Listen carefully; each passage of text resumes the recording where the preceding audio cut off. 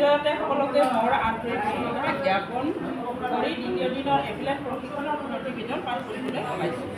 কিবা যদি ভুল হয় সমগ্ৰ শিক্ষা অসমৰ অধীনত অনুষ্ঠিত হোৱা খণ্ড পৰ্যায়ৰ এপ্লাই প্ৰশিক্ষণৰ দ্বিতীয় দিনৰ কাৰ্যসূচী ৰাতিপুৱা ঠিক 9:30 বজাত প্ৰাতঃসভাৰে আৰম্ভ কৰা হয়।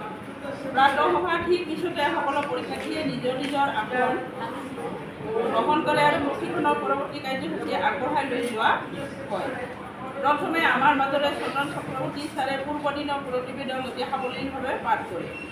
পৰৱৰ্তী আমাৰ শ্ৰদ্ধাৰ আৰ.পি. মহোদয় ধনেশ্বৰ বৰ্মন ছাৰে সকলো শিক্ষককে 1ৰ পৰা 5লৈ সংখ্যা গণনা কৰাৰ যোগেদি 5টা দল গঠন কৰে আৰু তেওঁ এক গুৰুত্বপূৰ্ণ বিষয় শ্ৰেণী সজ্জিতকৰণ বিষয়টো উত্থাপন কৰি সকলো দলকে এই সম্পৰ্কে দলীয় আলোচনাৰ মাধ্যমেৰে মতামত আগবঢ়াবলৈ পৰামৰ্শ আগবঢ়ায়।